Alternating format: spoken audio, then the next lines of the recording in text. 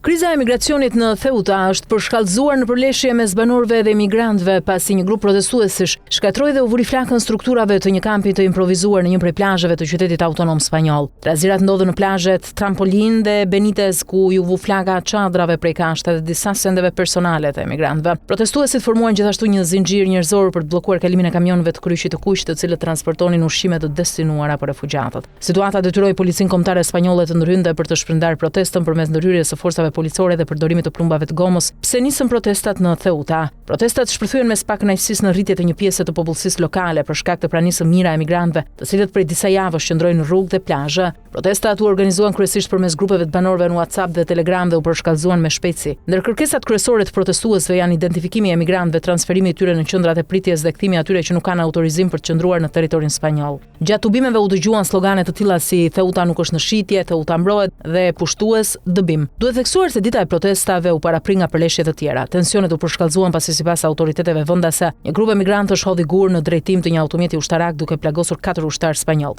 Incidenti shtoi pakënaqësinë mes disa shtresave të popullsisë dhe u pasua nga trazira në zonat ku ndodhen kampet e improvizuara. Çfarë po ndodh me emigracionin në Ceuta? Qyteti autonom i vendosur në Afrikën e Veriut dhe në kufi me Marokun po përballet me një presion të lartë migrator, i cili ka çuar në limit kapacitetet e tij për akomodim dhe ofrimin e ndihmës humanitare. Një nga problemet kryesore është mbërritja e personave që përpiqen të hyjnë në Ceuta nga deti, duke anashkaluar barrierat kufitare dhe duke ndërmarrë udhëtime që mund të zgjasin me orë të tëra. Rritja e numrit të mbërritjeve u ka vështirësuar autoriteteve dhe organizatave humanitare sigurimin e strehimit dhe shërbimeve bazë për të gjithë personat që kanë mbetur në qytet. Qendra e qëndrimit përkohshëm të emigrantëve në Ceuta ndodhet nën presion të madh për shkak të rritjes së numrit të personave që kërkojnë strehim. Mbi popullimi i ambienteve ka detyruar disa prej emigrantëve të qëndrojnë përkohësisht në hapësira publike përfshir plazhet, ndërsa autoritetet po kërkojnë alternativa për strehimin dhe kujdesin ndaj tyre. Organizatat humanitare kanë shtuar shpërndarjen e ushqimeve, ujit dhe furnizimeve të tjera, megjithëse qasja në disa prej kampeve të improvizuara është kthyer gjithashtu në një burim tensioni. Mbërritja masive e emigrantëve është shoqëruar dhe me një qarkullim masiv intensiv informacioni në rrjetet sociale. Autoritetet spanjolle kanë hetuar mesazhe dhe përmbajtje të shpërndara në platformat digjitale, të cilat mund të kenë kontribuar në mobilizimin e njerëzve drejt kufirit përmes pretendimeve dhe thashëthemeve mbi lehtësinë e supozuar të hyrjes në territorin spanjoll. Kjo situatë ka shtuar edhe elementin e dezinformimit, një krize që ndërthur tashmë faktor migrator, humanitar, politik dhe të sigurisë.